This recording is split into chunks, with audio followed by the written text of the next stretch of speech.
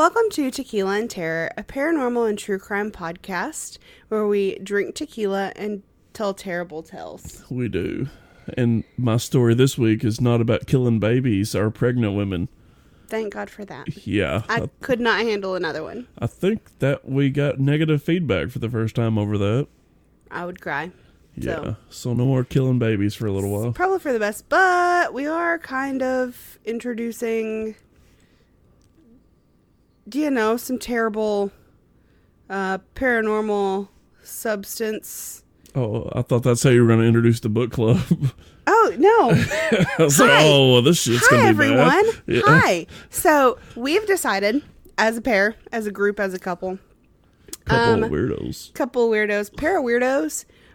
That was actually the original name for this. Yeah, we almost were pair of weirdos, like paranormal weirdos. But true crime kind of was a thing too. But yeah, so we're going to do a book club.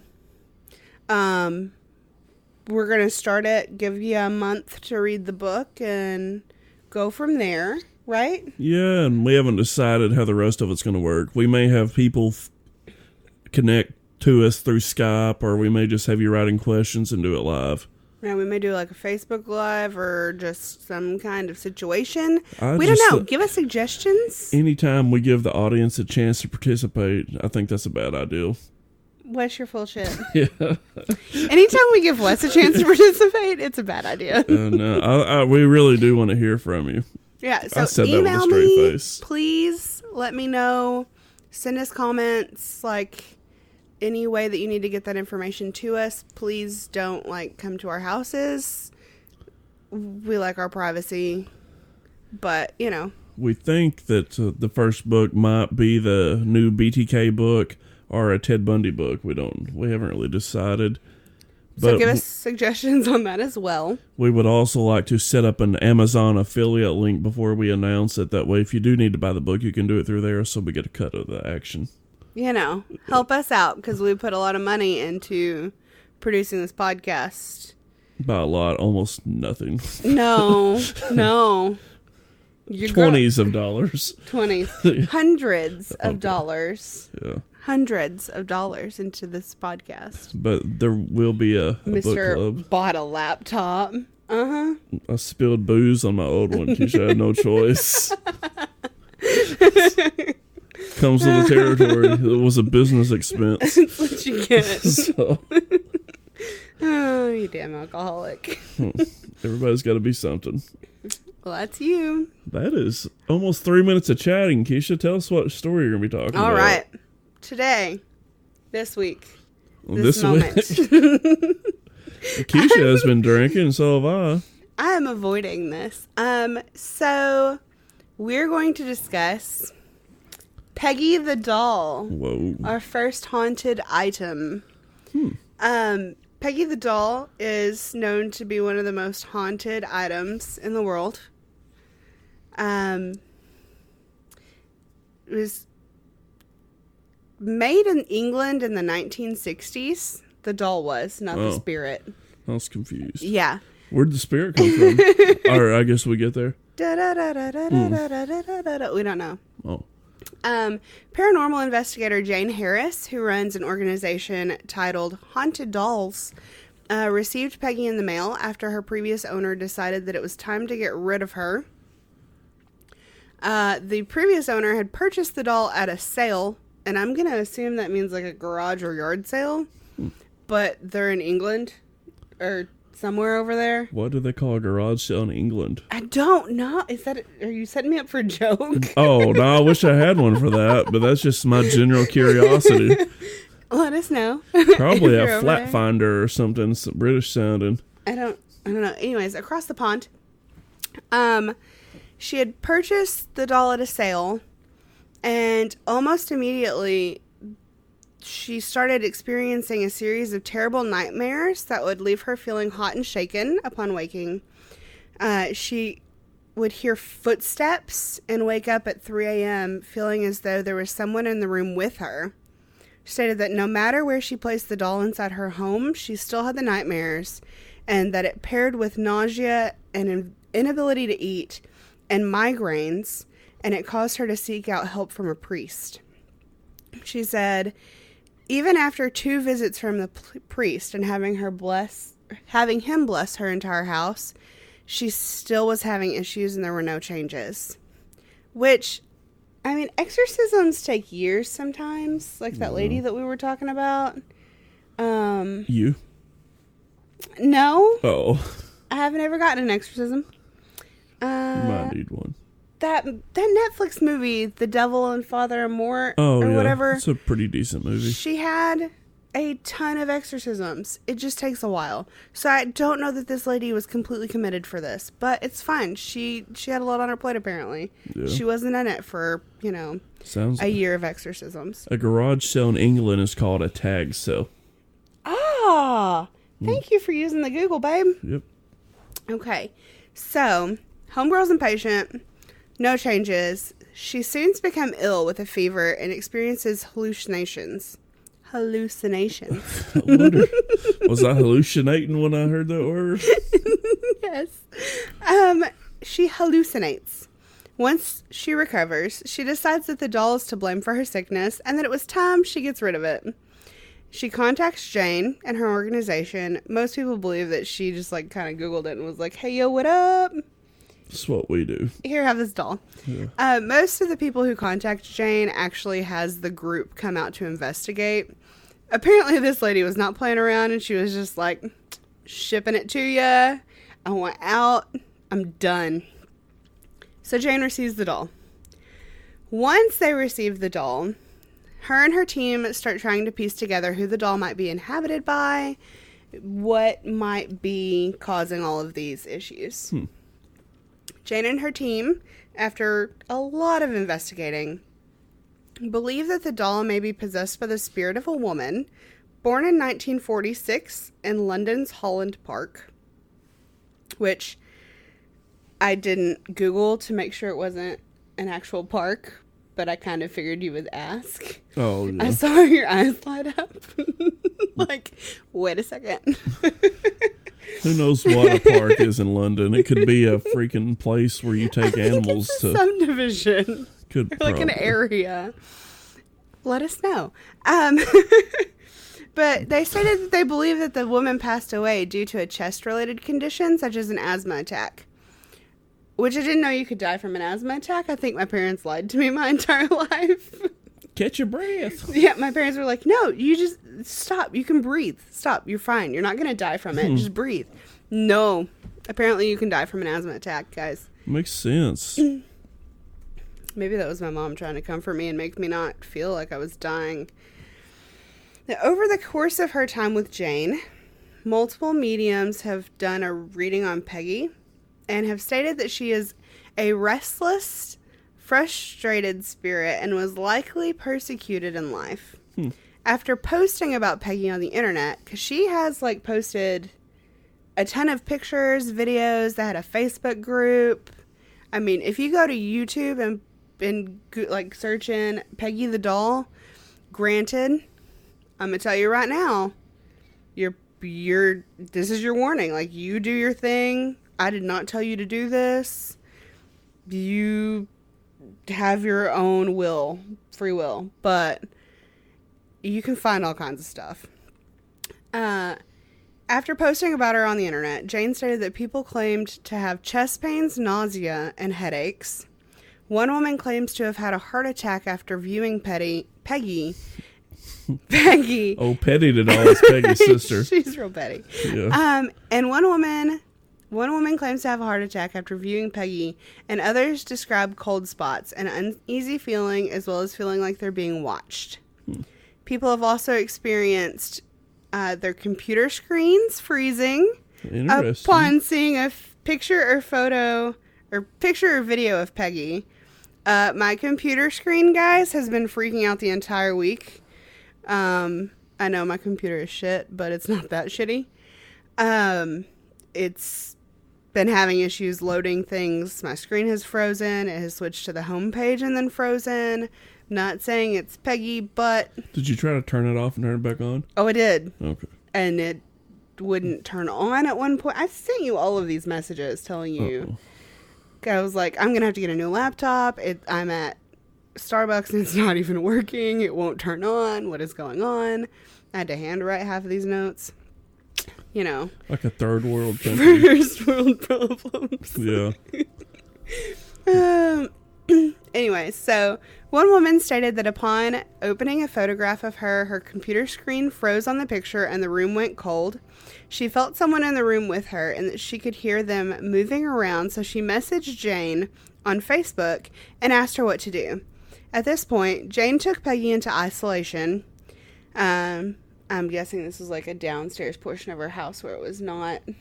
It was just like time out for Peggy. I would put that doll in the microwave. Baby, oh God. You were going to get haunted? You were going to get haunted. Anyways, yes, you are. Okay. She took her downstairs, told her to stop tormenting people, at which point the woman stated everything went back to normal. Really? Yeah. Jane also stated that one woman had experienced light bulbs blowing and a presence in her home after speaking about the doll. Jane stated that, quote, "We've been told she can affect people's dreams. She once visited a lady in her dreams, warning her about one of her cats, and the next morning she found her cat very ill, and sadly he died the next day." I thought you said there wasn't going to be any cats. I said no babies. You said no cats. I forgot about this part. I'm sorry. Keisha. Listen, it's just one. It's just one. Okay, if there's any more cats, I'm going to kill a baby in my story. Baby, no. No. Okay. Okay. That's it. That's all the animals. Okay. That's it. No more. Okay. Miss Harris, Jane, also stated that Peggy appears to have an aversion to a crucifix she was previously made to wear, which led them to believe that she was not a Christian. Not a fine Christian lady? Yeah. And two mediums, as well as a lot of other people, She needs a little more soul. believe that she may be Jewish or have ties to the Holocaust. Whoa. Yeah. I feel like I probably repeat some of my notes here, so I apologize, guys. Multiple automatic writing sessions have been conducted with Peggy. You know what automatic writing is? No. Okay. So I did kind of like my brain terms, and then I also did the Google definition. Table's fire. Sorry, I just hit the mic. I got so excited, you guys. Okay, so automatic writing is where you close off the conscious mind and write. Google says it is produced by a spiritual, occult, or subconscious agency rather than by the conscious intention of the writer. I can't read. So thanks, Google. Thanks for that. So like when I close my eyes and get a pen and just magic demon words come out? Yeah, kind of. Okay. But in many of these sessions, the words Star and David came up, which would further suggest ties to the Holocaust or her being Jewish, which is what I said, Jewish. I literally typed Jewish. Judas. It sounds like something you would put on your like hot dog. Give me a side of Judas. Literally, my words say, yeah, I typed Judas. LOL. Maybe Peggy was affecting the screen more than I thought. Or maybe you were just drinking and not telling me. Probably was. Until that coffee. Oh, sorry, guys. Okay, so during one automatic writing session, a woman named Lindy had been commenting on... It's always a Linda. Lindy. Close enough. Lindy. Listen, Lindy. Had been commenting on a thread about Peggy online, about her thoughts and her feelings about Peggy, and her comments were duplicated, but no one else's were. She stated she tried commenting on other threads and nothing weird happened, but as soon as she went back to the thread about Peggy, the same thing happened again, and her dog started barking, and her face became hot and flushed, and she got the feeling that she was not alone. She apologized out loud to Peggy, feeling as though she may have upset her by talking about her, and her symptoms stopped. And here's where it gets weird. Okay, so 3 days later, another automatic writing session had begun. Lindy wasn't aware. She had apparently left open her computer on the page with Peggy the doll. She had a sudden urge, was suddenly inspired to have an overdue conversation with her daughter about her mental health, and felt as though the words, were easy to come out when normally they would have been difficult for her to find. She said that they were just flowing out of her mouth and they were super easy to express, and she felt like Peggy was helping her. Later, when she came back to her computer, she found the images of the messages from the automatic writing session, one of which stated, in all caps, Lindy, girl, explanation, draw a line, which is all of the words from her conversation with her daughter. Wow. It's freaking weird. That's pretty cool. Yeah. Shocked her because it was words directly from her conversation with her kid. Jane also stated that during one session, she had made lots of notes. They were using a pendulum and it was going crazy.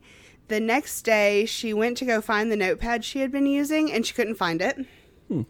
After searching everywhere, they found the notebook in the joist of the ceiling of the basement, and her husband had to get a ladder to get it down, which means that there's no way that they could have put it up there by sleepwalking. She said a lot of people stated that Peggy probably didn't want her to share the information, and that's why Peggy moved the notebook. Interesting. It's freaking crazy. So their website, Jane's and her team, is hdparanormal.com. And on that website, they stated that they had been advised by 5 psychic mediums on separate occasions that there is a male and female energy surrounding the doll. The female gives her name as Peggy, but the male energy never steps forward to speak. And his energy is, quote, dark and nasty. He is believed to be the cause of all of the negative experiences associated with the doll. They also state on the website that they have experienced multiple types of evidence from Peggy throughout the years, including EMF meter readings, fluctuations in direct response to questioning, which you can see in the videos posted of Peggy and Jane, night terrors, disembodied footsteps, extreme changes in temperature, specific messages relayed to individuals through automatic writing, like we just discussed, photos of mysterious shadows and light anomalies, physical scratches, insect infestation while filming, and reports of health concern following viewing videos or images of Peggy or the real thing. In November of 2015, Jane received 3 scratches in an attack from the spirit. She was advised to use holy water and recite the prayer of St. Michael the Archangel. Some believe that this attack helped solidify the belief that Peggy has an aversion to religion, since 3 scratches together is believed to be a sign of a demonic presence mocking the Holy Trinity. Really? Yeah. Jane also went on Zak Bagans, Bagel Bites, however you say his name, Haunted Artifacts. Shiny jeans. Oh, yeah. There are ghosts in this world. I'm here to show you. I don't know. I don't know how to deal with you talking like that. That's my dramatic Bagans voice. Maybe. Your could also be the booze. Bacon voice. Oh, we travel the world's most haunted places. Okay. You're done. We're done here. Okay. So she went on the show and stated that when she initially posted a photo of Peggy online, I can't talk. I can't process. Which after doll you did all was that. this? Petty or Peggy? Oh, heavens. When she initially... I'm dying, y'all. I'm dying. I'm just dying. When she initially posted a photo of Peggy online, she had 30 people overnight who sent messages to her explaining how they were physically affected by seeing the photo. At this point, Jane and her team had not publicly announced that they thought anything paranormal was happening with the doll, and the majority of the accounts of how people were affected were very similar. Now, during the time that they were filming, Zak and Zak alone had issues with flies buzzing around his head, and stated multiple times that he did not usually have issues with bugs in his building or in that room. Well, it's good that Zak doesn't usually have flies flying around his head. I mean, I would hope not. During one portion of the filming, The camera focused on Zak only, like the one that was just directly on him, went out. Not the other ones, not any of the others in the building, and it showed like all of the other cameras. Still working, just his went out. So obviously she pissed him off. No telling what he did pissed her here. off. Oh God, he's sassy. I like the shit out of little Zak. Oh, we love him. We're a little obsessed. At another point, he becomes super aggressive, having to be talked down by Aaron. Zak even states that he almost punched through a window. Oh, uh-oh. During this episode, Zak brings in the woman who claimed to have had a heart attack after watching a video of Peggy, has her confront the doll and face her fears, which I don't completely believe. I'm sorry, guys. I'm sorry. I have to debunk it. I did find one website claiming that the woman herself has a haunted doll collection, but that was just one website, and I think it was a personal blog. Don't believe everything you read on the internet, kids. Do your research. I didn't. So she's probably just trying to get attention. She may or may not. She may not be. I mean, it may be legit. That woman who wrote the blog that I saw may or may not be true. It may or may not be false. I don't know. I don't know because I didn't do enough research because I was over it because my computer was freaking out. Zak announced on his social media in January of 2017 that he was the new owner of Peggy the doll, and she would be featured in his haunted museum in Las Vegas, Nevada, which we went to last year. Was last year? March? Yeah, it was last year, 2018. Yeah. We went to that. We saw her. We met her. Hi. It was pretty cool. Yeah. I really recommend going to that museum if you like any kind of paranormal or true crime stuff, because it's really cool. It was really awesome. And Bagel Bites has some pages to say that. It's just really cool. And we actually saw him. He walked past us. I fangirled. Neat. Wes took a picture. We were super pumped about it. I was. I don't know if Wes was, but it was neat. I liked the show. But I just really think the doll thing is BS. I even cursed at Peggy. Please stop. And okay. Peggy, if you're listening, come into my dreams and say hi. Oh, please don't. Because it's just going to happen to me, babe. It's just going to happen to me. Hey, Peggy. Screw you, Peggy. Come into my dreams. Don't provoke a doll. Anyways, so you have to actually sign a release to go into the museum. I'm pretty sure I have a picture of the release itself that I sent to my siblings and was like, hey, this isn't actually legally binding, right? So I might post that to social media. Oh, that's a good idea. I didn't know you took a picture. Oh, God, yeah, because I sent it to Tom and I was like, check it out. Is this legally binding? You may not want to. Is this legit? And they didn't respond to me because they don't care. Yes, it's a ghost. That's probably pretty much. They're like, it's fine. Show me one case of a ghost attacking somebody. Yeah. Legit. Apparently, a lot of other people's accounts as well, not just ours, the tour guides won't go into Peggy's room. They refuse. I know the tour guide for us did say, hey guys, you're more than welcome to go in. You're more than welcome to not go in, but I don't go in this room. I forgot about that. Yeah. So they didn't go in. We did because we're dummies. They tell you to say hello and goodbye so that you cut all attachment once you leave. There is a spirit box in her room, which does the sweeping of radio frequencies and supposedly helps spirits latch onto the words that they want to use. But I don't actually remember her saying anything to us while we were there. Now, I do remember, now that I've been talking about it, once we were leaving, you could hear something once the door was closed, like she was speaking, but we didn't hear the words. It was just mumbling. So that's that. I don't really remember much from that portion. I do remember having a headache once we left and kidney pain, but go figure, I have a lot of headaches and kidney pain. That's pretty much my life. It was a pretty cool museum, though. It was. It had a very somber, depressing tone to it at some points, because, you are talking about actual people who were murdered and things like that. And you could see the Dybbuk box, which I thought that was cool. Yeah. But, that's fine. I think anybody listening to this show would enjoy going to that museum. Oh, for sure, for sure. We also watched the episode of Haunted Possessions, or whatever I said that show was called. Wes fell asleep in the first portion. Yeah. And I watched... That's how I rate most shows. Yeah. One sleep or all sleep. All sleep. He fell asleep within probably the first 5 minutes. I watched almost all of it. I don't know if I watched the whole thing or not, but I don't normally have bad dreams unless they are like zombie dreams, and I actually had a Peggy dream. So, hey girl, what up? Please stop. I want a Peggy dream. I don't need a Peggy dream. What was she? It was terrifying. I woke up and thank God you were there next to me, or else I would have freaked the f*** out.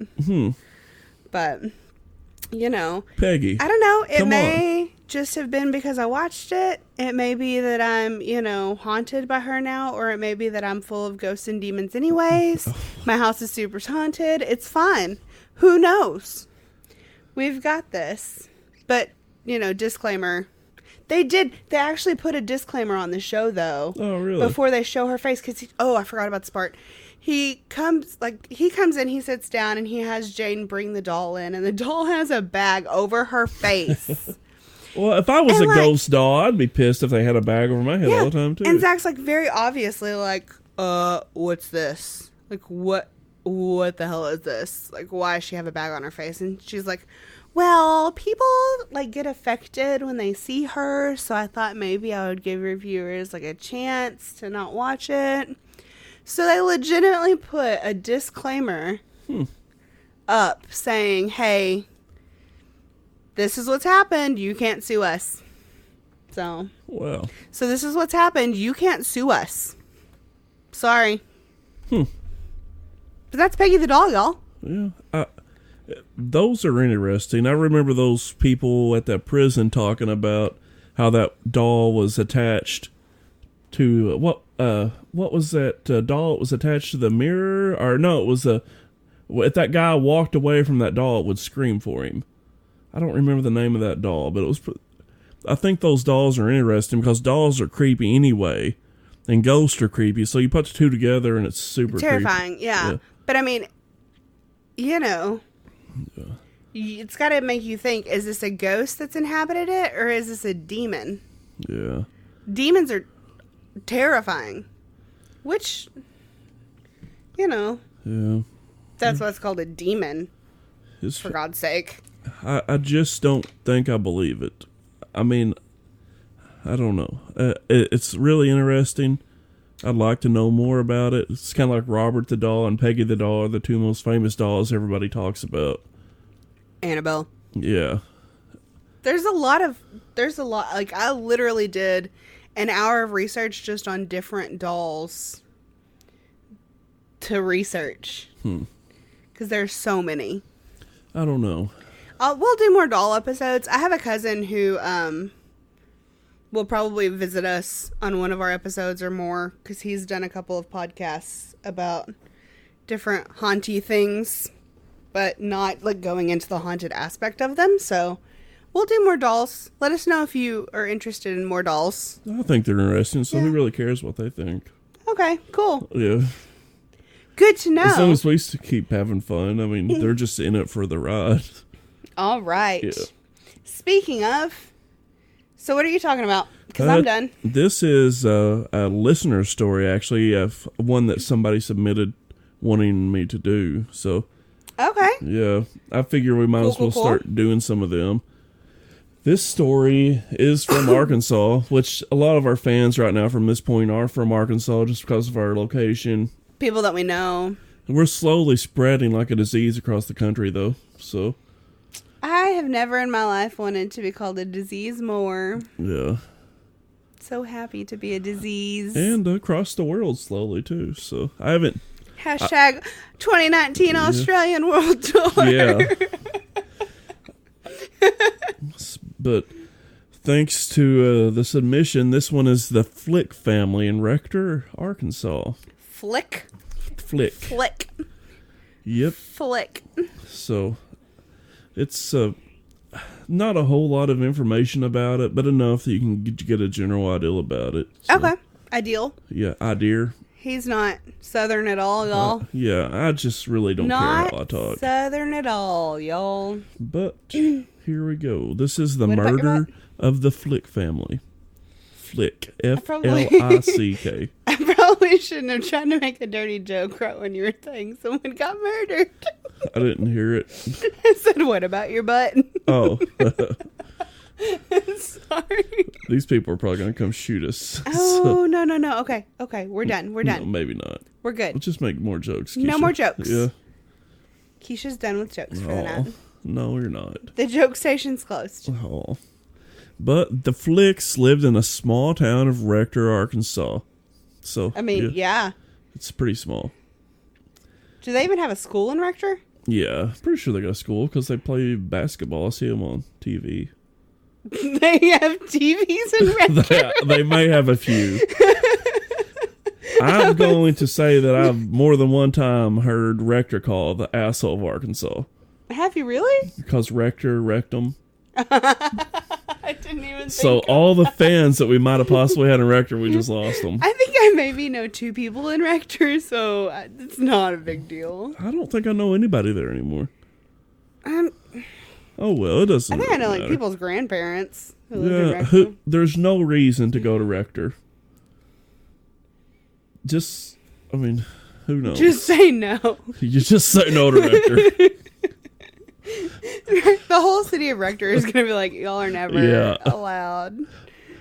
Live show at Rector, Arkansas with just us. Y'all are banned from Rector. And who would, if we got banned from Rector tonight, who would ever care? So nobody that we know. Yeah. But anyway, these Sorry, people, buddy. they lived in Rector, the asshole of Arkansas. Put that on your sign. But they were lel-whacked. La, la, la, la. How now, brown cow? Wow, your mom's a cow. Yeah. No, not your mom. I love your mom. Let me start this over. She drinks this tequila part. with me. Yeah. I'm not going to start over. Wait. Gosh, how'd this go so bad so fast?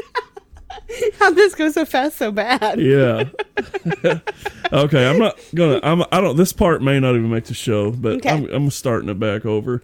Okay. The Flicks lived in a small town of Rector, Arkansas. They were well liked in the community. David was a local mechanic who lived with his wife, Barbara. She was a nurse. Their daughter, Andrea, 11, and a stepson, Aaron, 17. Is it? Never mind. What? It doesn't matter. No, you sure? Yeah. Okay. The Flicks had been excited to go on vacation and visit with family in Florida. Family had been expecting them for several days and they hadn't shown up. The family called the son Aaron, who couldn't go on a trip because he was on probation.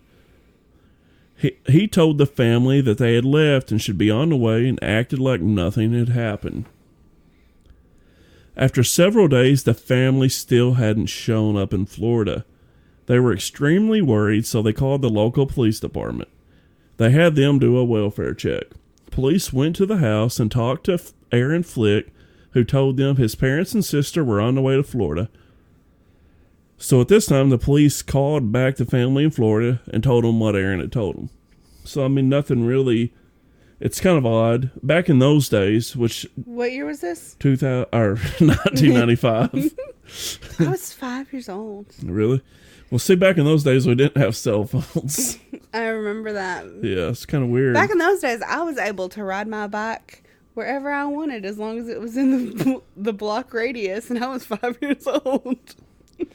But, I mean... As long as I was with the bigger kids. You just couldn't get on Facebook and update your status or give somebody a call or a text and tell them where you're at. You pull over and get on a payphone. I mean, you couldn't just, like, use Find My Friends on iPhone and know that your mom was, like, just down the road at Walmart.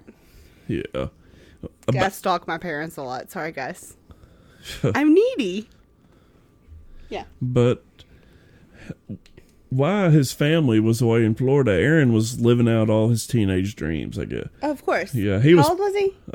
17. Oh, okay. Yeah, of course. Especially if he's a kid on probation. Yeah. He's probably living it up.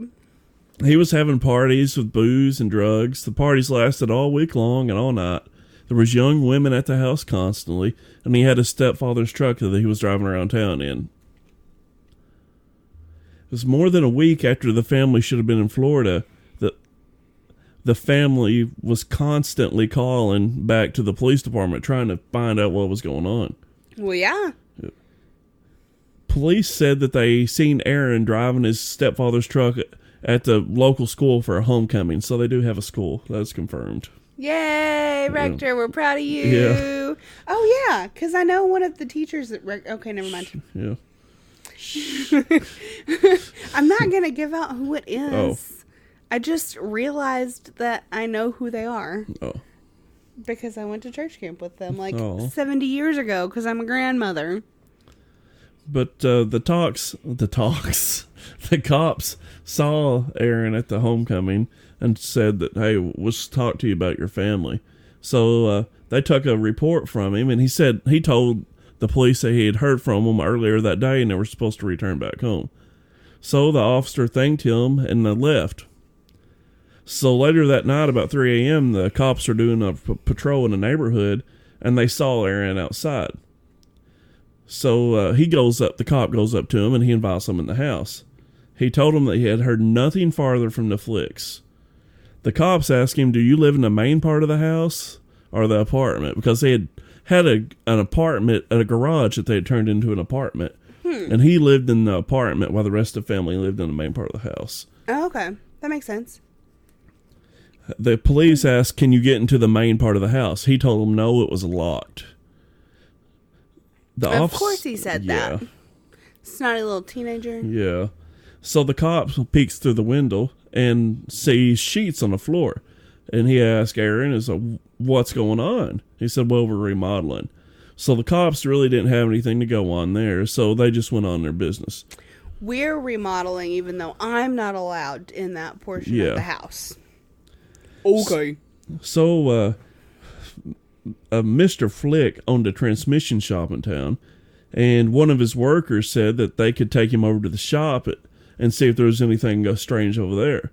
So they go over there and notice that a door to the back is kind of busted up, and there's a toolbox pried open, and money had been taken and a pistol was gone. Uh-oh. So later that day, a cop drove by the house and saw Aaron outside with a friend. He pulled into the driveway, and he told Aaron, he said, we need to try to figure out where your parents are at. Nobody's heard them. The shop's been broke into. Do you have any idea what's going on? And Aaron said, well, let's go to the city hall and talk about it. Uh-oh. So Aaron got into the police car. They go downtown, and the officer asked, can I go into the main portion of the house and check on the family? But Aaron says, no, it's locked. You can't get in. So Aaron then tells the officer, let's go to a room so I can speak private. The cops tell Aaron that there's calls coming in constantly. We have to know what happened. And Aaron replied to the officer that they're in the house. The officer asked Aaron, what do you mean? He said, they're dead. Yeah. What? Yeah. He said he found them in that condition earlier in the week. So, okay. So you're just going to straight up lie to people? Assuming that he did find them dead. Because I have no other information to go off of at this point. I've never heard this story. I promise you. Assuming he did find them dead, why would you lie to everybody and not say, hey, I found my whole entire freaking family dead? And have a party. Yeah, why have I been partying all this freaking time? Yeah. I mean, I get partying, like, drinking away your, like, if you're stressed out about finding your family dead, but it would be a little bit different kind of partying than, like, I'm living my best life. Yeah. I'm on cloud 9. It's pretty Continue, weird. Sir. Continue. Yeah, he said that he had found them in that condition earlier in the week. The officer informed Aaron that he had to go and check on the house. So the cop goes to the house and noticed that had like a security door and a regular door. It said the security door was unlocked. The inner door was locked. So the officers kind of bust through the door. They enter in and find the bodies in advanced stages of decomposition. Oh. They said that they were so decomposed and bloated that they couldn't even tell how they had been killed. Oh, no. They said there were sheets, blankets, and pillows arranged all over the floor and in the couch area and in the living room. He pulled back the cover on the couch and found blood. So he moved through the hallway back to the bedroom, and he saw more stains that appeared to be blood. It appeared to him that a body had been dragged from the couch into the back bedroom.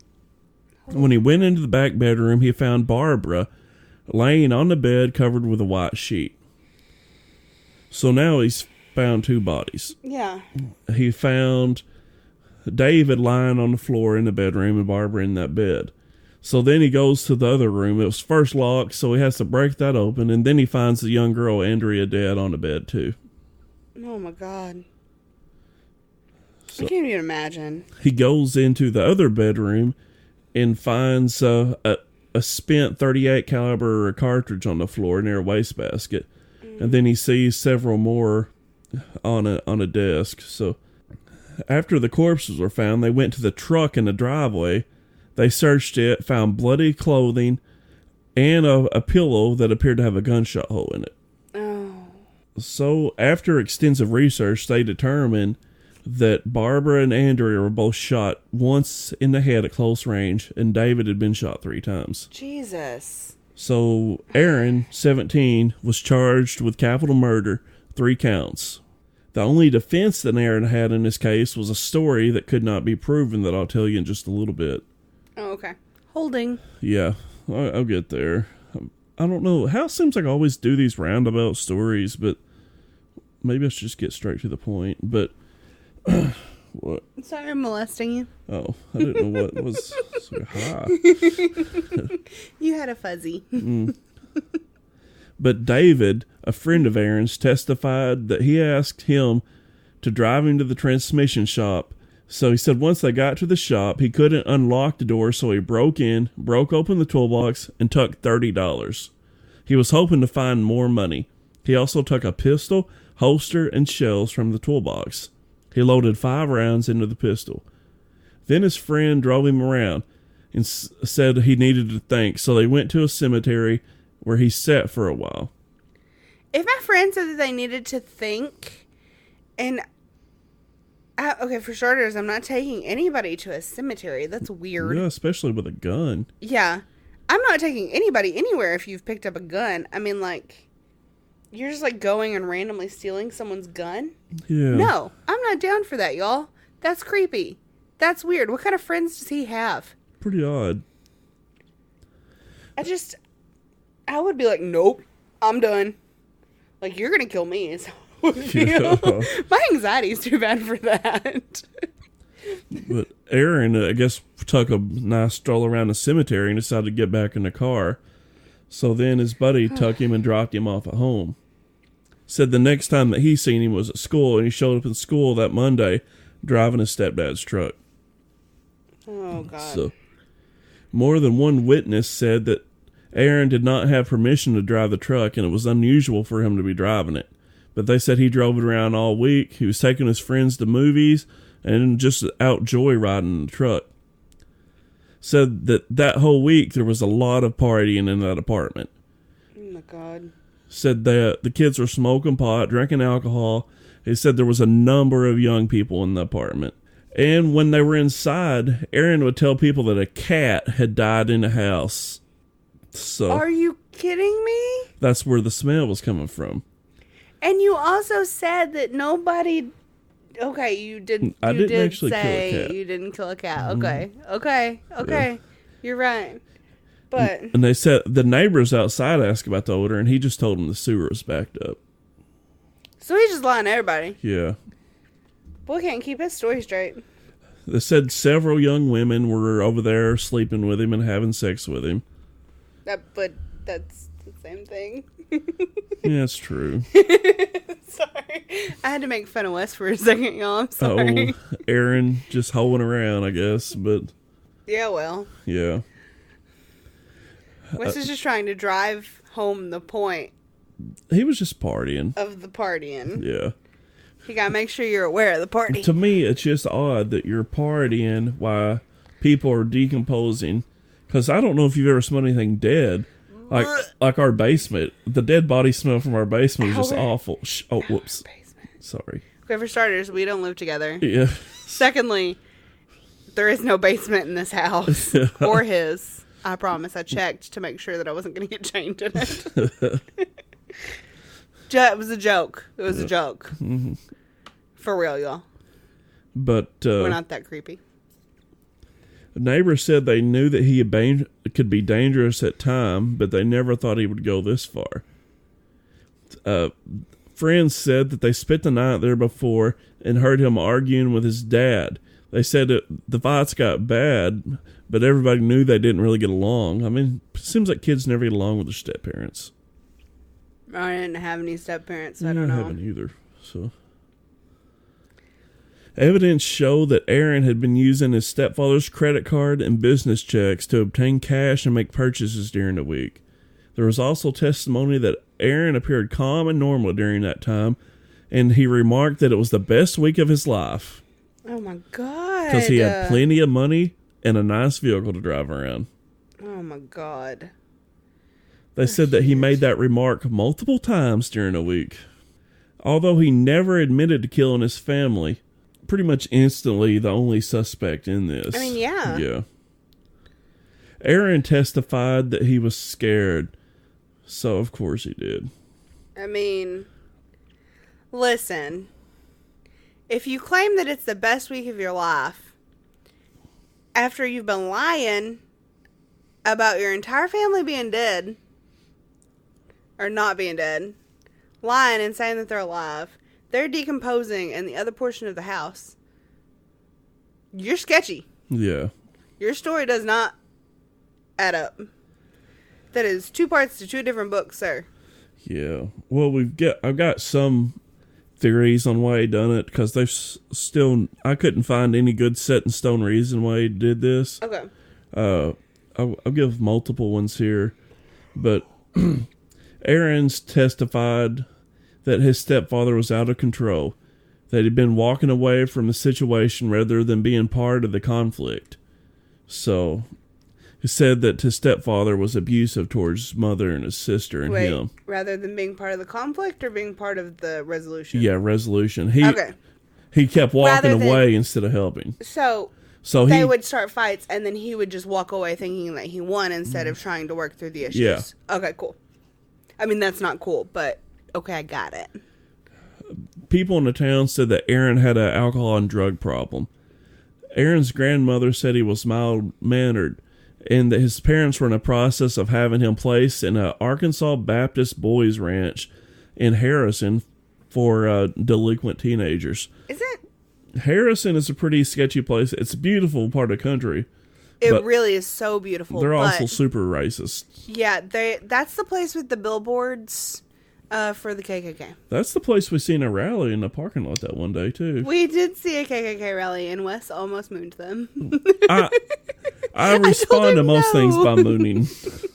He responds to most things by showing it his butt. Yeah. I mean, I think that's how most people deal with stuff. Deal with situations. Wes is just really fond of his own butt. Sorry. Mm-hmm. So are most people. I'm not going to go there.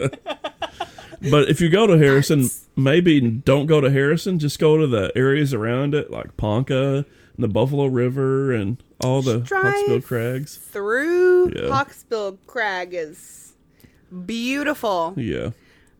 But it's not a walk. It is a walk, Keisha. It's a hike. I think that was our first fight. That was our first fight.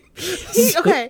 The man says, we're just going to go on a little drive and there's going to be like barely any walking, like just a small little walk. It'll be okay. And we get there and it's a freaking hike. And I did not wear hiking clothes. And Keisha does not do physical activity well. I was not mentally prepared for this. I was angry. It was so beautiful. But I really thought he was going to push me off a mountain and murder me. I kind of thought about it towards the end. I'm sure you did. Every time we go on these quote-unquote walks, I feel like he's about to murder me. Hey, you're still alive. I'm sassy and I know it. Clap your hands. And I feel like he's going to murder me one day. He probably won't because he likes me a lot. But you never know, guys. Yeah. Every day's a new day. But at least we have this on recording just in case. So it says here on... so this recording is lost. Yeah. Whoops, I accidentally deleted this, Keisha. I just derailed the whole thing. Sorry. That's cool. We can get it back. But they were going to send him to Harrison, Arkansas, where Keisha doesn't like going because there's walks. It was a beautiful walk. It was a nice walk. It was a beautiful walk. It's a really great part of the country. If that's the part of the country that you want to take people to if they're visiting. You don't want to take them to the Flatlands. You don't want to take them to the Mosquitoville.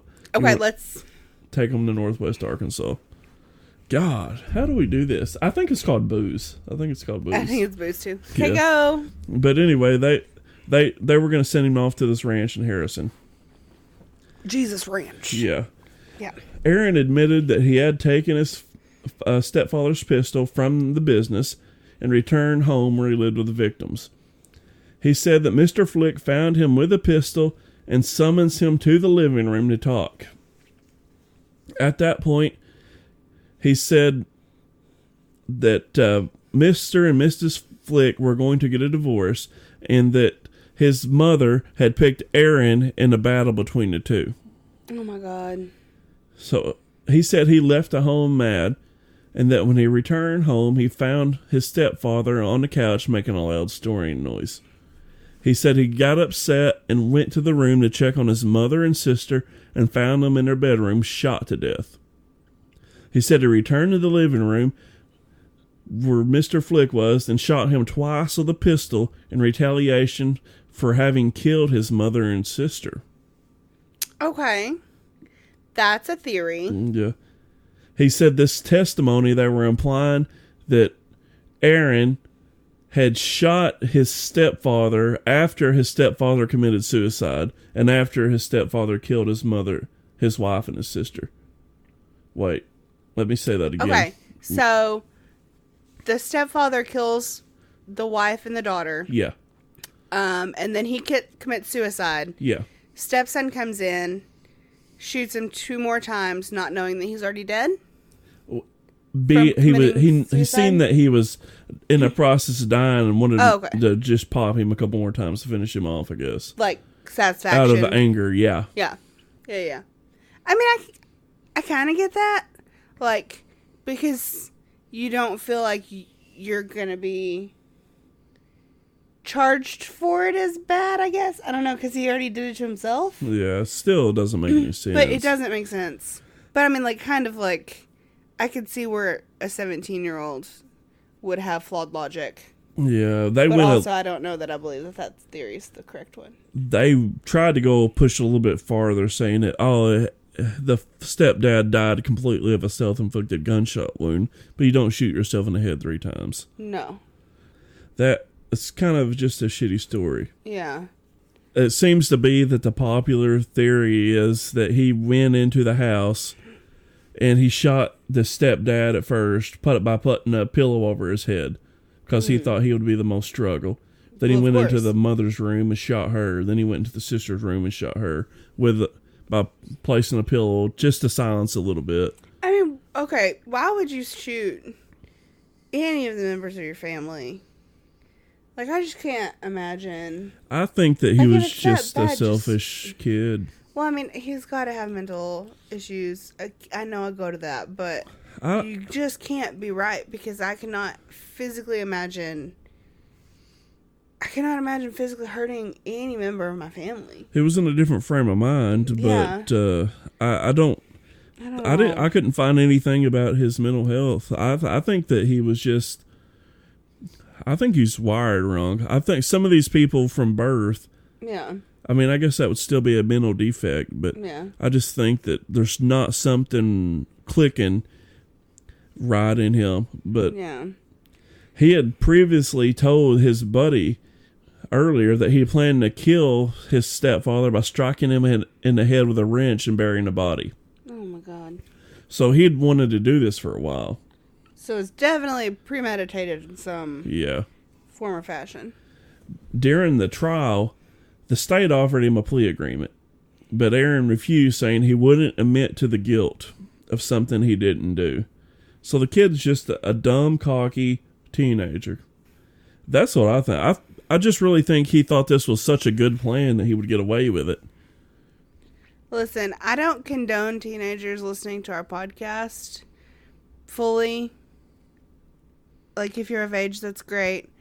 You get to make your own choices. But teenagers, don't be dumb. Yeah. Don't be dumb. And if you are a teenager listening to this, you are dumb, and it just takes a while before you get older and realize and look back at it. It's like, whoa, I was really dumb. When I was a teenager, I was super dumb. Still kind of dumb. Just not as dumb. Oh, yeah, I'm dumb, too. I just realized I'm dumb now. Yeah, you just look at it and you're like, that was really stupid, wasn't it? Yeah, once you're old enough to realize you're doing dumb stuff. Yes, sir, that was dumb. Yeah. Yeah, don't be dumb. Don't act before you think. Think about it first. Calm the hell down. Eat some ice cream. It'll be all right. You're emo right now. It's fun. Yeah. But you do listen to crappy music, teenagers. So I'm just letting you know. Hey. Some of them are good. No. I listen to crappy music too. It's fine. Yeah. I like my crappy music, Wes. Aaron here, he just pretty much spilled his guts and kept telling the same story over and over about how he shot his stepdad because his stepdog killed his mom and sister. Did I say stepdog? You did, and you said he spilled his guts, but I don't think he spilled his guts. Yeah. I don't think that was the full truth. Yeah. Or he kept telling him his story. Yeah. But it took the jury less than 3 hours to come back with a guilty verdict, and he was sentenced to life and without parole for each one of the killings. Oh, my God. But his sentence is currently under parole or under appeal because at the time he was a juvenile and tried as an adult and sentenced to life in prison. Yeah. The Supreme Court, I forgot what year it was, banned mandatory lifetime sentences without parole for minors. They didn't rule that it was unconstitutional to sentence them to life in prison without parole, but not giving the jury the option to consider a lesser sentence was the trouble. Okay. The judge has the power to reinstate the current sentence or go through the sentencing phase again, but he's already been convicted of the crime, so all they have to do is either say, yeah, keep him in jail or re-sentence him. Yeah.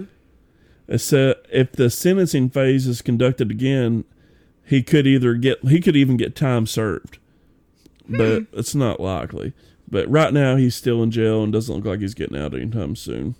I did that just because I thought it was a kind of interesting story. I know it's a local story again, but there's only so many serial killer stories I really care about doing.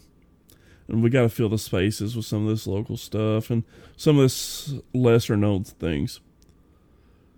That was good. Yeah, I thought it was interesting just because, he partied with his dead family in there and blamed the smell on cats and sewer. That's absolutely insane to me. I just don't. His cover-up story, he was a cocky little shit. All teenagers are. Yeah. Hi, teens. Yeah. But I'm pretty excited about our book club. I think that'll be fun. That was such a wonderful transition. Hey, guys, we're doing a book club. Yeah. No, but for real, if you guys think of any suggestions on books, I can't talk. Suggestions on how we should do this thing, or you want to tell me that I'm pretty, or no, you are pretty. Thanks, babe. Or if you want to tell Wes that he needs to drink less, whatever you need to tell us. Keisha, don't give them ideas. We don't care what they think. I do. Oh. I care a lot. Feel free. Feel feed. You can also feed us zebra cakes, Mexican food, tacos. Yeah, that's pretty much what I live on. And taco. Pasta. Jesus chicken. Yeah. American chicken. Non-religious chicken. Hattie B's. Oh gosh. So we're going to Hattie B's soon. I know that Hattie B's seems like hippie chicken, but Hattie B's is the best chicken. We're going off on a tangent all about some chicken. Well, everybody talks about Gus's, how Gus's is so good. Memphis, y'all. On Chicken Eating Day, we discovered that Hattie B's is the best. Hattie B's is some damn good chicken. Anyways. Somehow we started talking about chicken. You were talking about food. You wanted to be sponsored. Yeah, Hattie B's, if you're out there, I'll eat your us. shit every day and talk about how good He it wants is. to eat your shit. I'll lick your butthole for chicken. Please don't. That's gross. But okay, send us emails at tequilaandterror@gmail.com. You can find us online, Instagram and Facebook at Tequila and Terror Podcast. I think we're on, what's it called? I wasn't paying attention. I was thinking about chickens. Twitter. Oh, okay. We're on Twitter. Yeah. Is it Tequila_Terror? Sounds right. Okay. They can find us there, all this at tequilaandterror.com. Yeah, find us at tequilaandterror.com. And like I said, send us suggestions. Talk to us. I like friends. Wes doesn't really care. Got enough of them. But I like them. I need more social interaction in my day with people who don't suck. So send me some messages. Be my friend. But it is kind of cool, as I call it, a disease of us spreading. But just seeing how we are spreading across the country is kind of neat to me. Yeah, it's freaking awesome, guys. Like, we appreciate you so much for listening to our crazy ramblings every week. In every state but 18 of them right now, and I thought that was kind of cool. How many states are there? All of them but 18 is what we're in. How many states are there in the United States? 50-ish. 52. 50-ish? Hey. I was going to try to get you to do drunk math, but Yeah. you just said 50-ish, so I'm done. Yeah. He doesn't even know how many states there are, y'all. Keisha, you expect me to do booze, math, and serial killer stories. I know, I'm asking too much of you.